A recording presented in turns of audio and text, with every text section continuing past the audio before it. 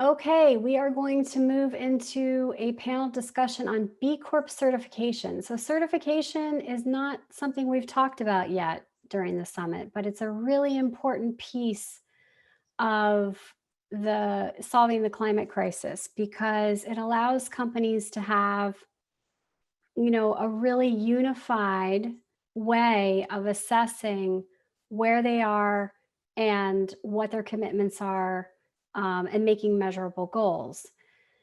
I've been involved in sustainability certifications for 10 years or so, working with EPA and GSA to help create some sustainability standards for the professional services sector. And I can tell you that, particularly when it comes to companies that have made commitments around sustainable purchasing and have decided, hey, we want to diversify our supply chain and we want to start to um, work with companies who have achieved certification, that B Corp certification is really coming, with much, much more momentum, um, as a really solid one. So I'm super excited to have Sarah Bodley here today and this wonderful panel of experts. And so, Sarah, I will pass it over to you. Awesome. Thank you so much, Heather. And I'd love to invite Eric, Pedersen, Jen Grace, and Jen Gorin to show your videos. And it's a real honor to be here this morning. And I'm going to let our panelists introduce themselves in just a minute. But before I do that, I just want to set a little bit of context for myself and for why I'm personally excited about this panel. I personally work with social enterprise companies up in Hartford, Connecticut with an organization called Reset. And you'll hear in this conversation, because we have such a wide variety of perspectives, that there are a lot of ways to tackle change making in business. And I know that's been the topic all week, but in today's conversation, we are going to dig into the B Corp certification. And I am thrilled that we have such a variety of perspectives in terms of industries represented here and in terms of kind of stage in the process. So without further ado, I'd love to just kick things off by asking each of our panelists to give us your backstory. How did you get here? Have you always been an impact-driven leader? And in brief, kind of, where are you now? So why don't we start with Jen Gorin? Thanks so much, Sarah, and thanks, Heather, for hosting this amazing summit. It's been a really interesting few days. From the B Corp perspective, I was listening to Vincent Stanley yesterday, and I really learned something new from him every time I hear him speak. So thank you all for setting this up. So my name's Jen Gorin. I live in Westport, Connecticut, and my company is Impact Growth Partners, and I help companies on the path to B Corp certification.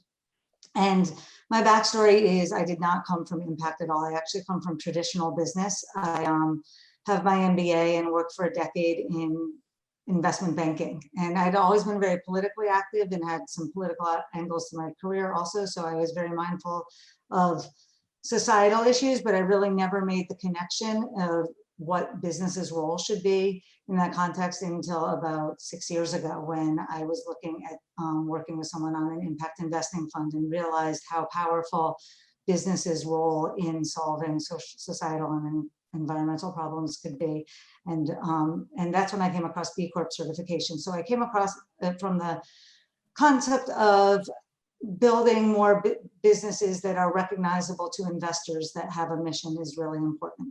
Now I don't take as, I really think building this infrastructure is so important, and being in Connecticut where there is such disparity of resources, there's so much wealth, yet so much poverty, there's also so much social consciousness, and there's so much philanthropy, that I think building the profile of certified B Corps in Connecticut and the role businesses should be playing is really important. So I love having this panel and Eric and Jen Grace as members of that. So that's my backstory, and I'll turn it over.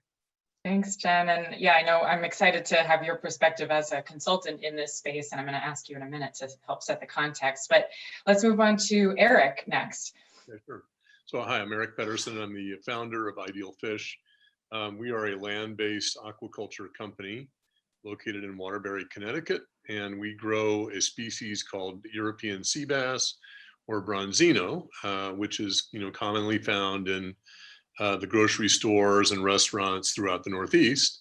We've been in business now for about 7 years, and it has taken us all this time to come across B Corp certification, which I've been working very closely with Jen on to achieve our certification, and it has been a very eye-opening, instructive process. It fits very closely with what our mission is as a company in terms of environmental sustainability and developing green jobs and green industry in the state of Connecticut, which needs to put underutilized manufacturing assets back to work.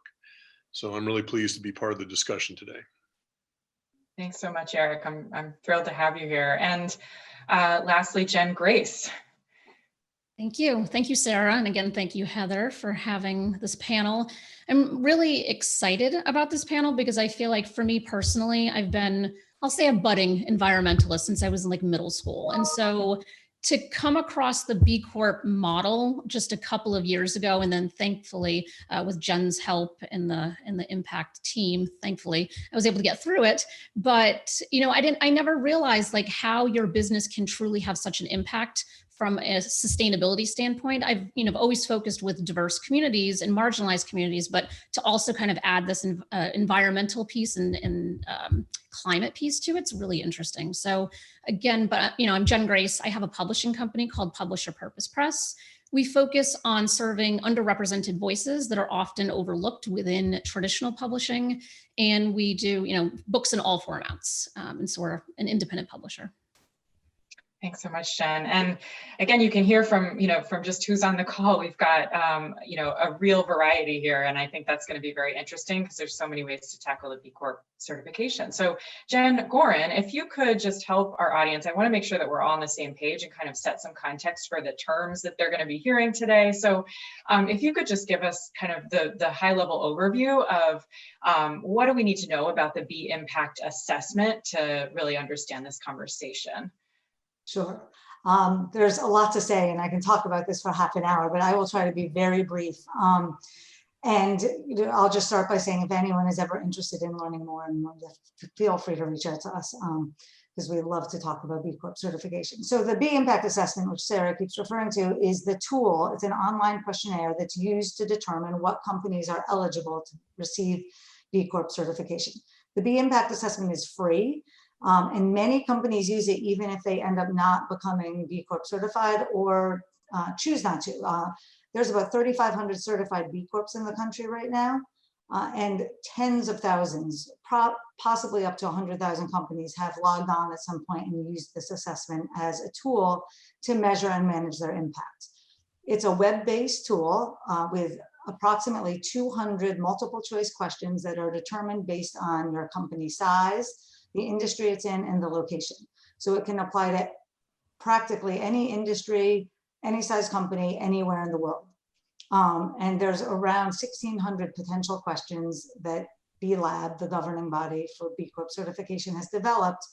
And based on those criteria, about 200 questions are selected for you. And they're very in-depth, and they really give you a good view as to not just are you doing something yes or no, but really what the range of possibilities are. So as you answer the questions, you are given a certain number of points based on your answer, which can be from 0. You never get negative points. Either you get no points for doing nothing in that area, or you can get up to whatever the allocated number based on their formula of points for doing the maximum amount. And it's really informative because you get to see what the most you can be doing is. And so many companies we work with will start out saying, yeah, I do this, and they think that's enough, and then realize, oh, this is also an option to be doing. I really should be thinking about that. And another thing that's important about the assessment is it's not just about the environment, it covers social responsibility as well. So about 25% of the 20 to 25% of the questions are about the environment, but it also covers your workers and how you treat your employees, your governance structure and transparency and accountability, your involvement in the community, and then what your business model is in terms of your role to your customers. And embedded in all of this is a focus on the supply chain, both in the community aspect as well as the environmental aspect, making sure that that the principles that you apply to your business, you're trying to apply to your supply chain also, because B-Lab wants to ensure that businesses are not just doing something on the surface, but really deeply taking into consideration all of these aspects. So the last point is you have to get to 80 points out of a potential of around 200. And once you get to that 80 points, you submit your assessment, and then you wait for a long time to hear from B-Lab. As Eric knows, it's been a very long time, especially in this environment where they have more demand than people to evaluate assessments. And you go through a really rigorous review process with B-Lab. You have to provide evidence of everything you receive points for. So if you say that I have a recycling program and I say I use all LED lights and natural and recycled office supplies, you literally have to provide receipts for that. And obviously that's a very surfacey level thing, but there's at every level of activity you do, you have to provide the evidence, whether it's payroll reports or, or receipts from construction, things like that. And that's kind of where we come in as consultants, help manage a lot of that process because it can be cumbersome. So that's the high level overview. Again, I'm happy to answer any questions offline if anyone's interested. Thanks so much, Jen. I know it's quite a hefty assessment, and I'm sure we're going to hear some of the challenges also from our other panelists as we go through this conversation. But I also, before we dive into some of the challenges, I'd love to hear also about, from your perspective, Jen, Grace, and Eric, what were the benefits? What were the reasons that you decided to take the plunge and put in the time and effort to go through this process? Jen, do you want to start us off? Yeah, for me, I think like the driving force overall was to become part of a community that I knew would have the same values that I have. Because I feel like in business, I think, anyone who owns a business can probably relate to this on some level where, we kind of just operate our days. Sometimes we're in a silo or we're only surrounded by those in our team and we don't have, a huge workplace where we can just go and kind of like take a break and chat with somebody about something that we're passionate about. So for me, I'm always just trying to find community of like-minded people that are also entrepreneurial. And so I think for what I learned about B Corp and that it was a thing, I was immediately intrigued. And this was a while back because it wasn't a priority yet. And then I started the process in 2018, gave up, came back to it in 2019 with the help of Jen and Rebecca on her team. And, it was, I think for me, again, the main thing was finding community. But I think another huge benefit from it was just the assessment of like really just having that time to assess every single thing you do and how you do those things. And while, yes, there's a lot of paperwork and a lot of documentation, there's nothing but positivity that kind of comes from that because it shines the light on things that you didn't know that you needed to do that just make you a better person and more sustainable and a better business and a company that people want to do business with. So that's kind of really, mine was much more on kind of like the social side of things. And it's just really evolving into something much more strategically focused as well. Mm-hmm. Awesome. Thanks, Jen. And Eric, what about you? Yeah, no, it's very interesting to hear Jen Grace's, rationale getting into this. I actually started on the opposite end. I was looking at this more strategically. I was thinking that, I know we are a sustainable business, recirc aquaculture, where all of the waste products of fish production become the nutrient inputs for growing produce. I knew this was a sustainable, multi-trophic business model. And what I was really thinking that B Corp certification would do for us was to just, validate all this. And I wouldn't have to go into all the reasons why I think we're sustainable because I could just say, look, we're B Corp certified. Someone has done all that work for you and you don't need now to ask all the questions about how we handle everything from supply chain to our products, to the way we treat employees, to our waste, et cetera. And so this was, how I got started. And as Jen Gorin will tell you, there's an assessment process, which is not a short process. And there are quite a number of questions and there are nuanced questions. And so having guidance on how to get through these and answer them in a truthful way that also, makes your case is an important thing to do. And through this process, I began to move more toward where Jen Grace is. And I realized that, well, first of all, there are a lot of things that we should be doing that we are not, that simply sitting on my heels and saying, well, we have this great business model where our waste products are recycled and the fish are fresher and we don't have the big carbon footprint to move fish from one part of the world to the other, really isn't enough. That there's a village out here, and that sustainable businesses in Connecticut should really be interacting and creating this interplay where we can share best practices. And I'm very interested in what Jen Grace is doing from the standpoint of publishing and getting information out there, informing the public about what we do and why it's important is a key part of being in a transformative industry. And this would never have been available to me had I not been part of this group, and nor would I have been thinking as critically about supply chains and what my vendors are doing and what role I'm playing enabling vendors that may or may not be sustainably oriented. So it's been a huge process for me of starting out thinking this will just be good for the company to actually thinking about how personally and how we can make a contribution within the context of the Connecticut sustainability mission. So. Thank you, Eric. Yeah, it's interesting. I think we're definitely hearing a theme of the importance of community and connectivity, and also sort of the role that each of us as an individual plays. So I appreciate hearing kind of the different angles on that from each of you. We're going to have time to go back into some of that, but Gorin, I would love for you to also just share with folks a bit about kind of, what are some things that people might want to do to get ready for this? Or, what are some early benchmarks that might help is this a good time for me? Is there a right time to start the process? What advice would you give for folks that are thinking about it? So the assessment is designed for any size company. So you can really take it at any point in your business trajectory, from startup to Danone was already a $6 billion company when they decided to become certified. And so the earlier you are, the more prospective it is looking, whereas the older you are, it's more looking at what your operations are and what changes you may need to make in order to reach the certification. It's, of course, easier, even though you probably have less time as an entrepreneur building a startup, it is easiest to just start right away.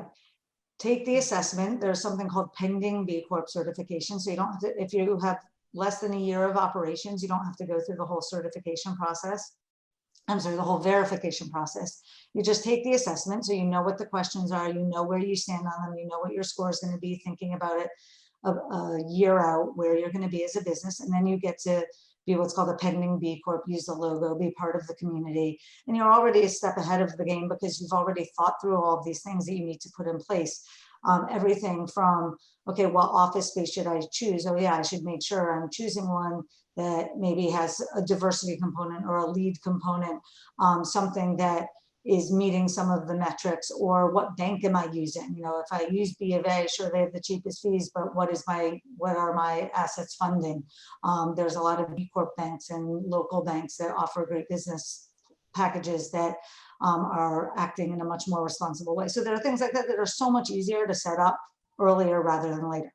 And for those of you on the call listening who are part of startups and interested in learning more, Sarah's organization Reset is running a course starting this Sunday called Measure What Matters. Apologies if it's full, but it is a way to get started on the impact assessment with a little bit of guidance, which some people will log on. Even the logging on phase and setting up the account can sometimes be daunting, because you're like, do I count as an employee? I'm an owner, maybe I should, maybe I shouldn't. There's an answer to that. What industry am I in? How they have sub-industries, just figuring all of that out.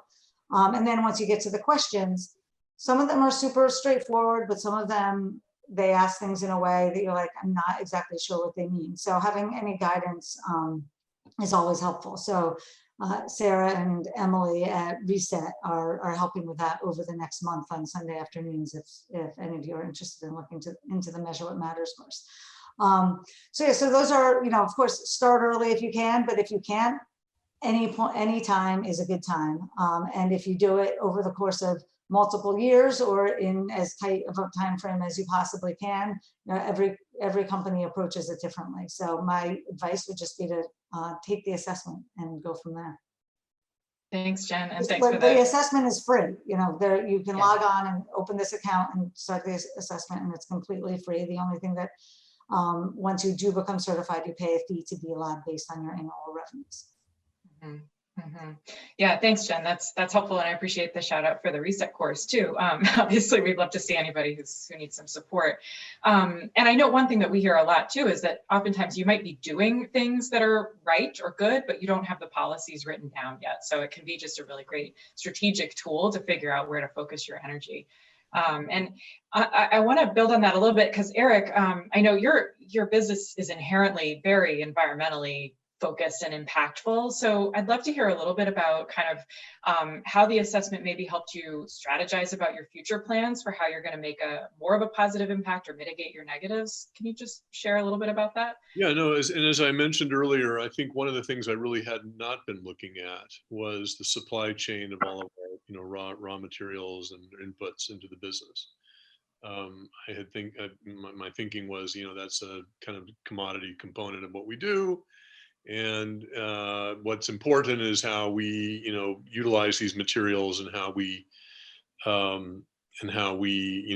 adhere to environmental sustainability standards. And what the B Corp process, the assessment process really drove home for me was, look, I'm buying a lot of stuff that's being produced by vendors that may not actually be environmentally sustainable at all. And not only environmentally sustainable, but looking at a lot of different things in terms of how well they may be organized and what their mission is and how they go about treating employees, their own, and then potentially those from suppliers themselves. And a lot of the ingredients in fish feed, come from the developing world. And I had felt, well, I'm certainly an employee friendly company, but it caused me to realize if I'm buying fish feed and fish supported materials from companies that are not paying attention to employment conditions and human conditions in the underdeveloped countries, then I'm enabling this kind of behavior. And so it has caused me to look now much more deeply into our supply chain. We've created a vendor questionnaire that we send out, and with varying degrees of success, get back. But we've realized that you want to keep them short and keep them focused on the items that are of greatest importance to us as we think about our role in the B Corp village, as Jen Grace puts it, and in the sustainability village. So yeah, it really caused me to think much more up the line in terms of who are we doing business with that may or may not share our ideals around this.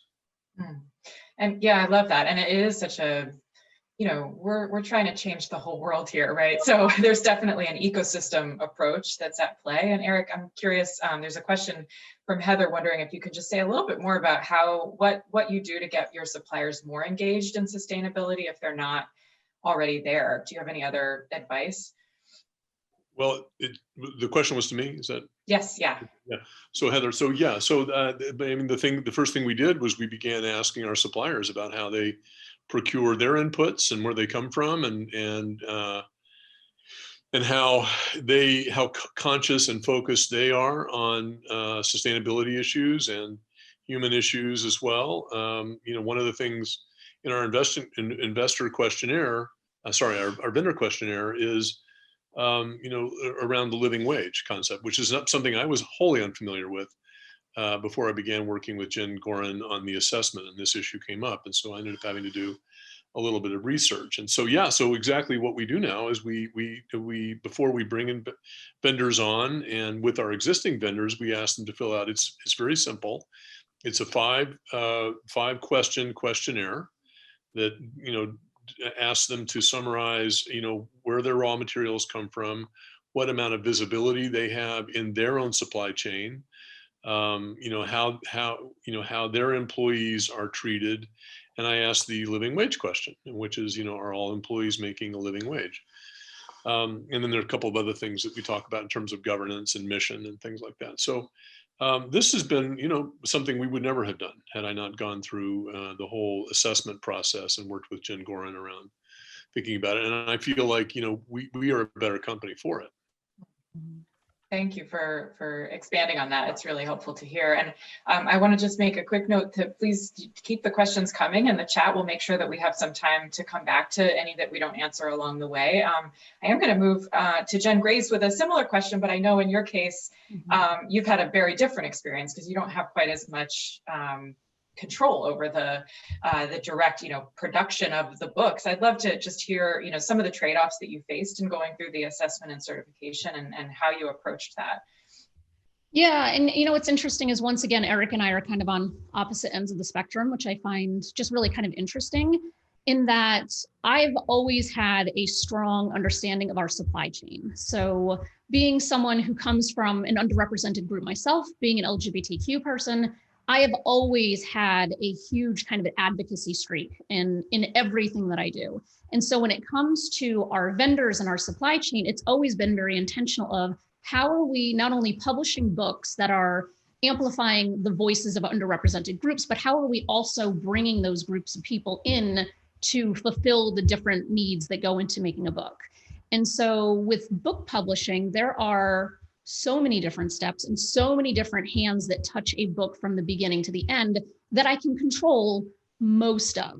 But when it came down to the assessment, the thing that I was honestly the most concerned over is that I have no control over the physical printing process. So I don't have control over what paper is being used. I can control the pounds of paper, but not the type of paper, and making sure that it's on recycled materials or whatever it might be that would be much more sustainable. I do know that our printing partner has a strong, effort to be making that switch and change, but it wasn't there at the time of the assessment. So, what's interesting is that the assessment has such an impact focus on just the environment and sustainability, but there's also this huge side of social and diversity and things like that. So when it came down to it, I was super confident because I'm like, I have all the things in place as it relates to making sure that we're bringing in diverse suppliers. But I didn't have that added piece of, well, what are the values of those suppliers? Well, yes, I might know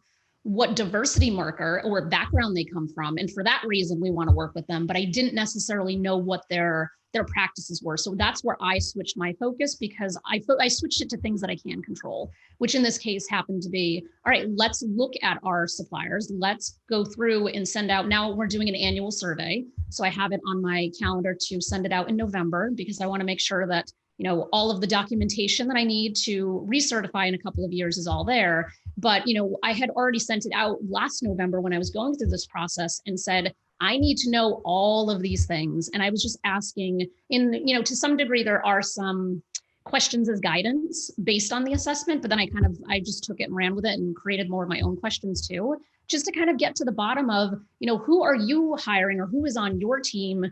And how are you impacting the environment in particular? Because again, I already had the data on who they were, who they served, and there was a values match on that front.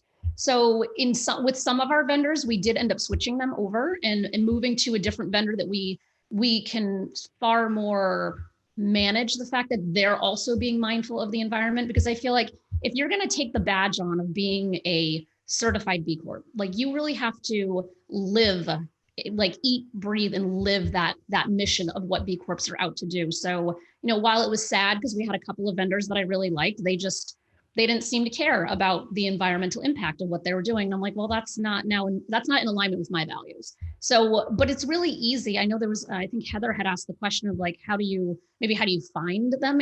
Once you make it competitive, it's not that hard to find the right people. So, and especially when it comes to publishing, because there's so many different types of things that are needed, but all of those types of functions, there's tens of thousands of people who can do those things. So when you say, I'm only looking for someone who shares these values, they rise to the top very easily. And yes, maybe you have to pay a little bit more for that particular person, but I would rather that be the case than be working with people that aren't values aligned. And again, on the things that I can control. I love that. Yeah, and I'm curious actually for all three of you. This is just came to my mind in those surveys and you know, the communication that you've had with your supply chain. Have you had an experience where any of your suppliers are actually kind of waking up and changing the way that they do things? Or have you mostly seen that you're finding people that are more aligned already by just being more selective? I feel like I'm a little pushy. I'll just be honest, where like if I'm on a crusade about something, like I'm going to make sure everybody knows about it. So for me, and again, kind of going back to the social justice side of things, which is just a huge piece of who I am, I definitely already was kind of attracting that type of person. And so it really just a conversation. You just have to educate people to say, hey, well, did you actually think about how you working with this company is actually adversely impacting this other thing? And I think once you educate people, it's not a tough sell. At least in my experience, it hasn't been a tough sell to convince people that you should be more focused on the environment. Hmm. And from my side, one of the things that we did discover is that because we are in an industry that is focused on environmental sustainability, aquaculture generally is an industry that recognizes the oceans can't supply the fish that we need as a planet, and that aquaculture needs to take pressure off the oceans. Environmental sustainability is a topic that is near and dear to most everybody in our supply chain. So where I've had very good success in getting our questionnaires returned and returned with favorable responses has been when we look at the ingredients and the inputs that we get from companies that are focused on aquaculture markets. One, without naming names, one of the questionnaires I've not gotten back has been from our big electrical utility supplier. And that shouldn't be any particular surprise there. They're probably not, you know, in a position to talk about this, and it's very hard to know who should get the questionnaire. And the questionnaire is, as I mentioned, is fairly broad and summary. And so, you know, I think for us, we've had very little trouble from our key and aquaculture specific vendors in being satisfied that they are aligned with the B Corp sustainability standards, and the big, you know, generic ones like utilities and natural gas and things like that refer me generally to pages on their website that talk about this kind of stuff, which can be sort of platitudinous. So I've had a pretty mixed, unlike Jen Grace, where I think she's been very, you know, much to your credit, Jen, very focused on diversity and supply chain adherence to environmental standards. And we're new to the game, and we have a lot of different vendors that, you know, some of whom are already aligned by virtue of what they make, and others are not.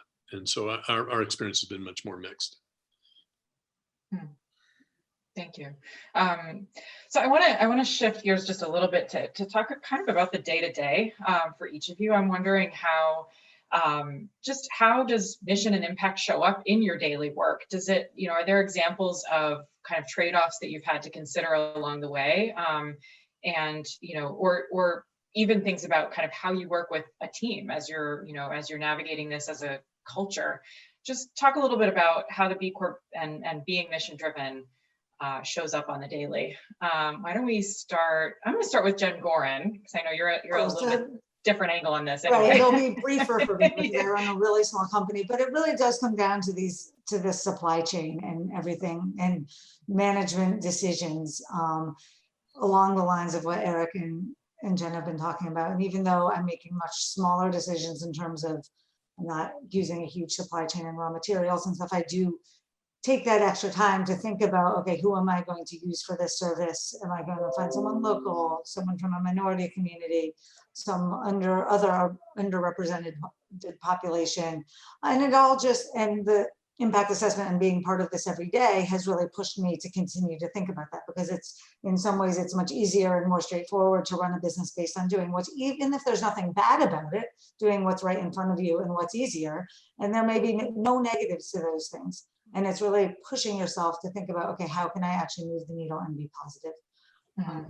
So that's really what I think about day to day.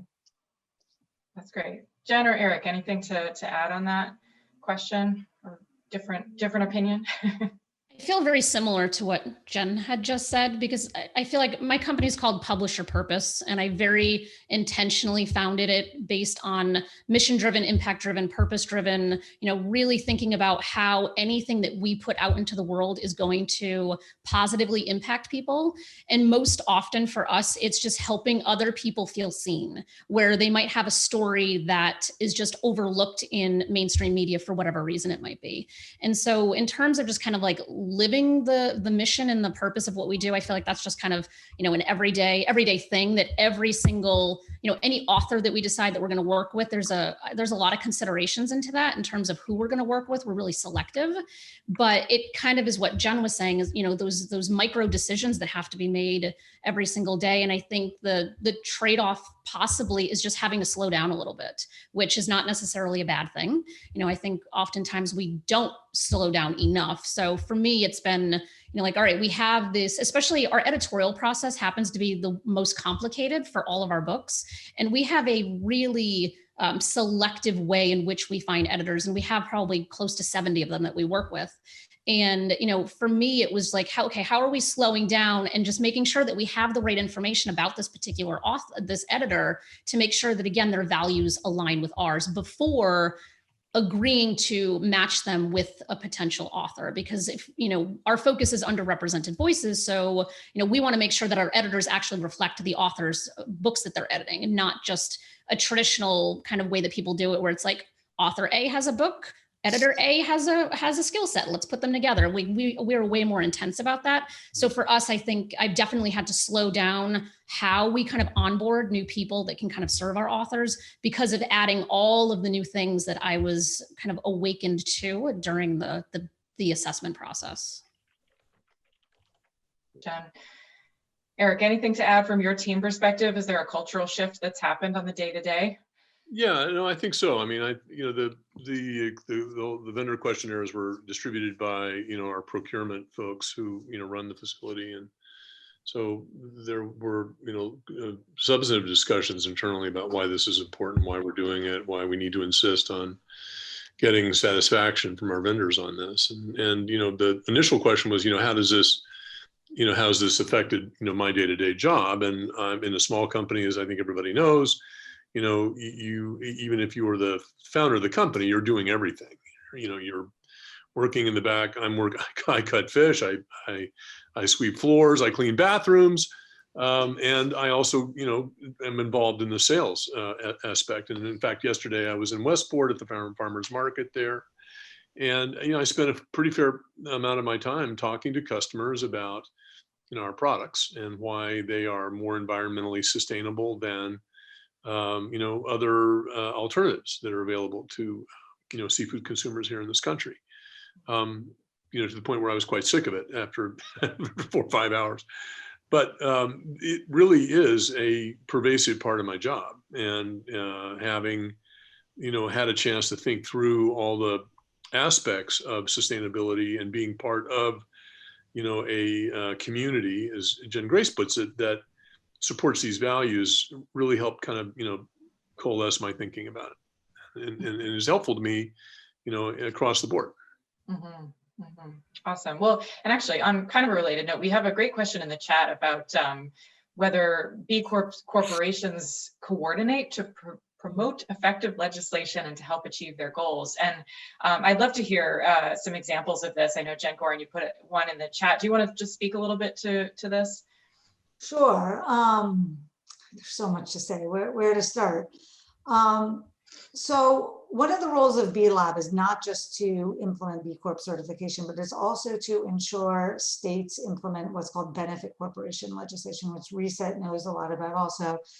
Because I didn't mention during the kind of blocking and tackling conversation is that there is a legal requirement to be a certified B Corp. You have to amend your operating documents if you're an LLC or anything other than a corporation to reflect that you and the management and the board of directors will be taking into consideration all stakeholders and not just shareholders in your decision making. If you are a corporation, you have to become what's called a benefit corporation, and about 38 states now have benefit corporation legislation, and Delaware, where a lot of companies that want to go public and raise outside capital incorporate as corporations anyway, they have very robust public benefit corporation legislation.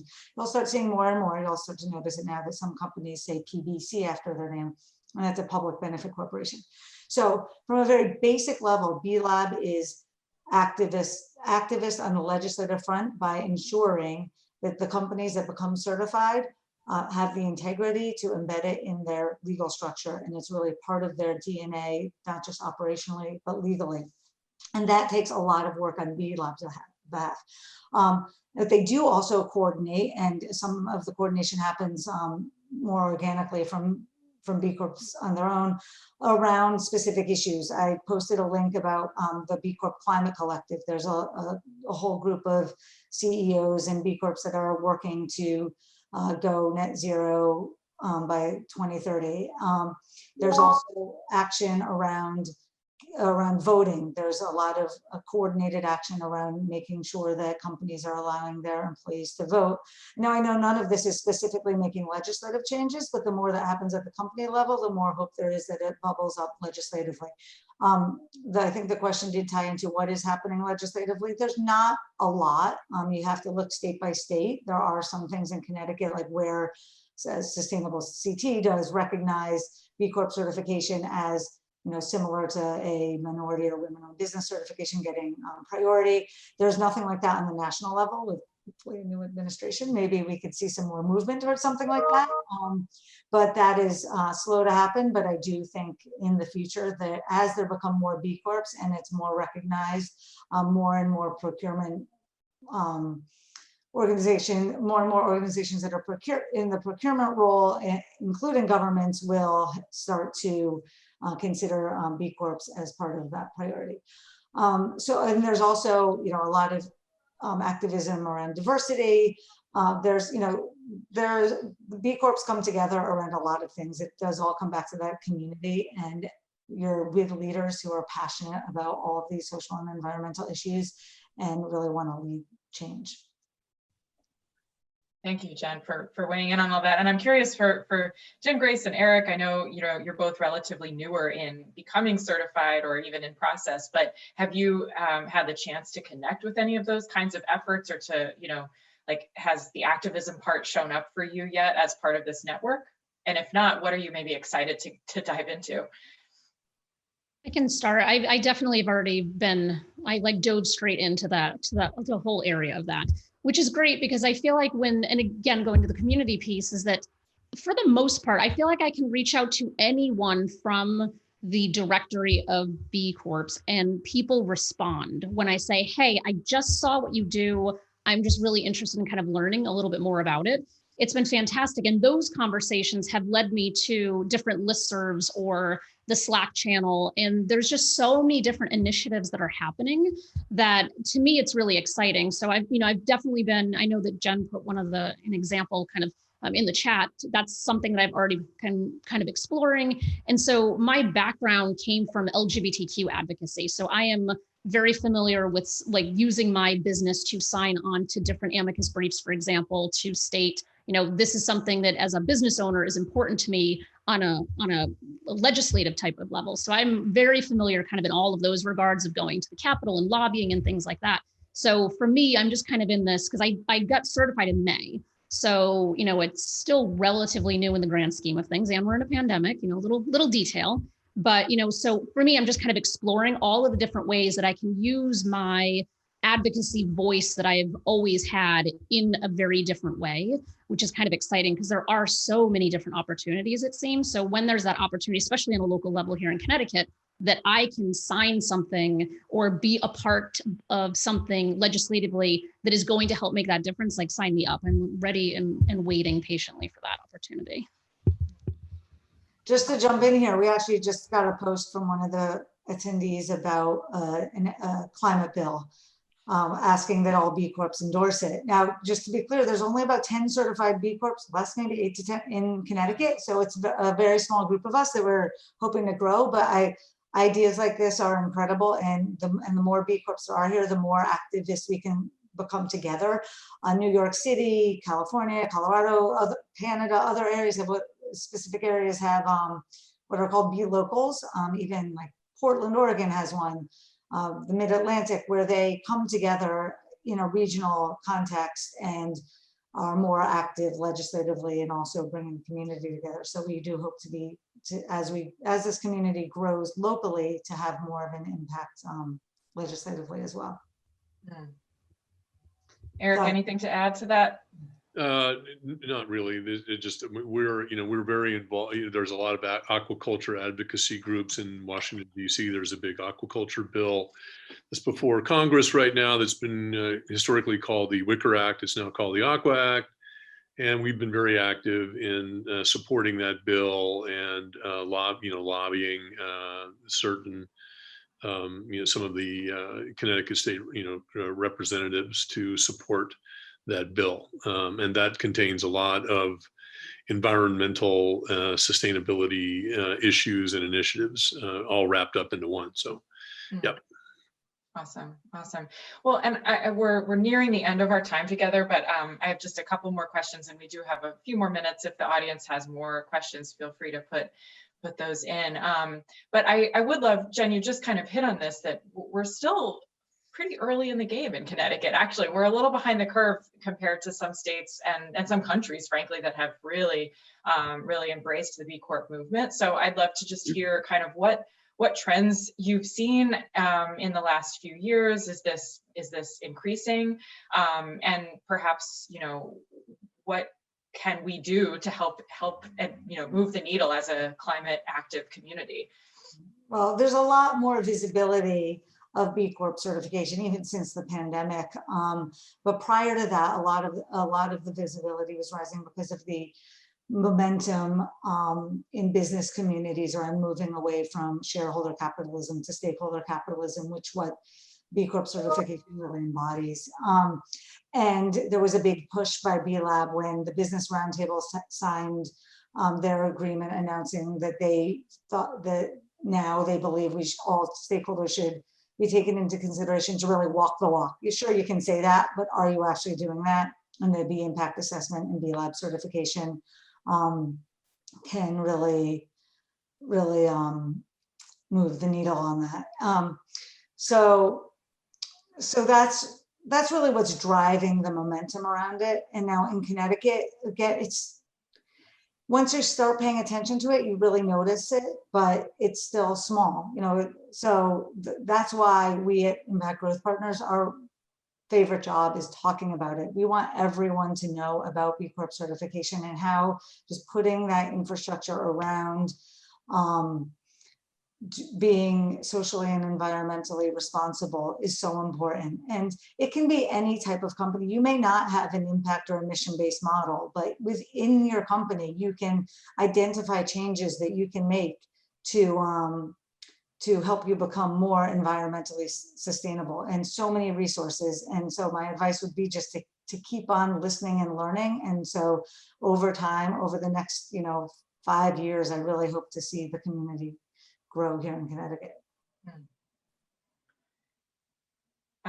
Eric, what would you love to see happen with this movement as you're getting your stamp of approval? What would make it really exciting and even more worth it for you in the state of Connecticut? Well, I think it's again back to the points that have been made already, and that is, there's strength in numbers, right? And fish know this. That's why they school. And I think sustainable businesses feel the same way. What we need to do is to create, a critical mass of companies that share the same value system. I think B Corp, the B Lab, B Corp process, helps identify who those companies are, And we need to create this sense of community. And that's exactly what needs to happen. And then we can act, much more purposefully and effectively in Hartford, and change, processes and things that are going on in Connecticut.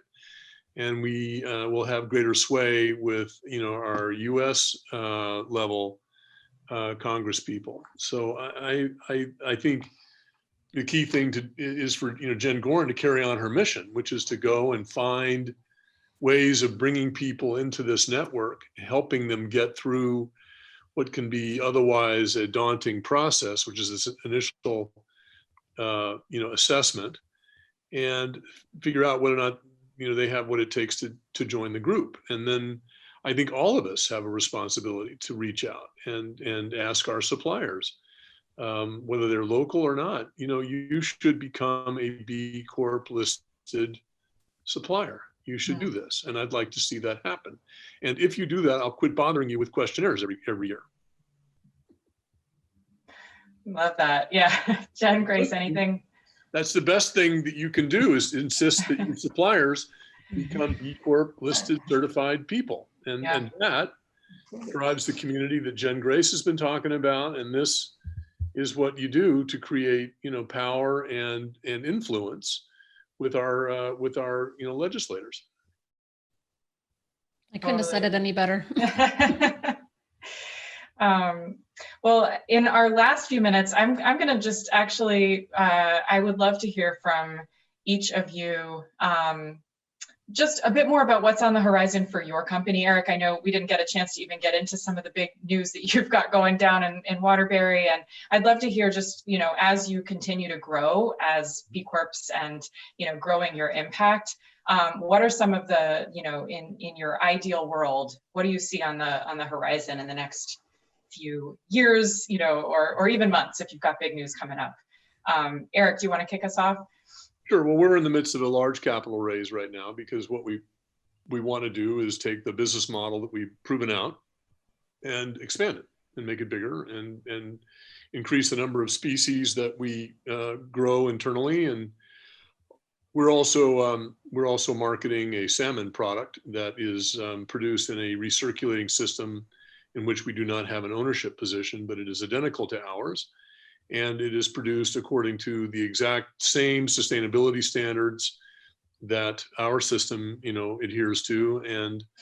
And so we intend to grow our business both by developing internal production with facilities that we build and manage, like the one that's producing Bronzino and Waterbury, and also sourcing and distributing fish that are produced in facilities that are exactly like ours, but not necessarily part of, our ownership structure.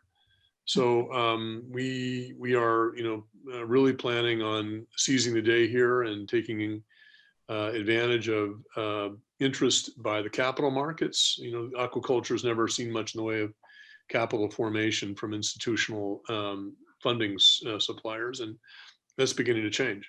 So, we're very focused on expansion right now, and doing it within the state of Connecticut. We think Connecticut is, the people that speak in real estate terms tell you location is everything. Connecticut is located right in the largest seafood market in North America. We couldn't be in a better place. Awesome. Jen Grace, what's on your strategic horizon for Publish Your Purpose? It's such a good question. I feel like, just big picture, it's all about scaling. I've really used all of this time in COVID, not to say I've had downtime, because I haven't, but I've been really kind of focused internally on what systems can we improve, what processes might we be missing, and then also, continuing to kind of carry through all of the things that the assessment kind of, again, awakened me to. So, it's all about, to me, scaling. Like, I have an amazing team and we're really kind of poised for that at this moment. But on the just kind of the general B Corp side of things, I just continue to want to meet more people who are certified and to encourage more people to get certified. And Sarah, I know you and I have had many different conversations around, what does it look like to have some kind of organized B Corp cohort here in the state of Connecticut. So I'm not going to be the one that starts a B local, but I would like to be involved in it when someone decides to start it. So sign me up as the first board person or whatever they call themselves. But to me, that would be really exciting to then be able to have that ripple effect of change in all of the different ways that we know we can if we just kind of rally together. So I think for me, kind of one of the things that I kind of take away from this conversation is that you don't have to be this giant corporation with a huge impact to make an impact on your local level in the communities that you serve, an environmental impact, a climate impact. It's just, we all have that, that individual responsibility and opportunity. So to me, it's like, just start. For those watching, like, start now, like go do it, please, for all of us. You're here. That is so awesome to hear, Jen. About a year ago, I looked into starting a B local. Then we were 3 fewer certified B Corps, and they actually know how much work it takes to start the B local. When it's led by B Lab, and they're involved, and they have some minimum requirements. Maybe the state will meet them now. I'll look into it again and be in touch. Yeah. Keep me posted. And so my goals is to continue to work more deeply with clients and help them implement a lot of the operational changes that come up, because myself and my consultants, we're not operational experts, and we're certainly not environmental experts. So this is a great community to know that if you have a specific expertise that falls under the purview of the impact assessment, we work with a lot of preferred partners. We know people in different industry specialties that can help us out when clients have specific requests. So, if it's, tracking carbon emissions or setting up an environmental management system, or so, if that's your expertise, and it's something that if we're working with someone who wants help with implementing something like that, then we can connect you. So please reach out to me. So that's my goal, is to help all of our clients and future B Corps become even more sustainable.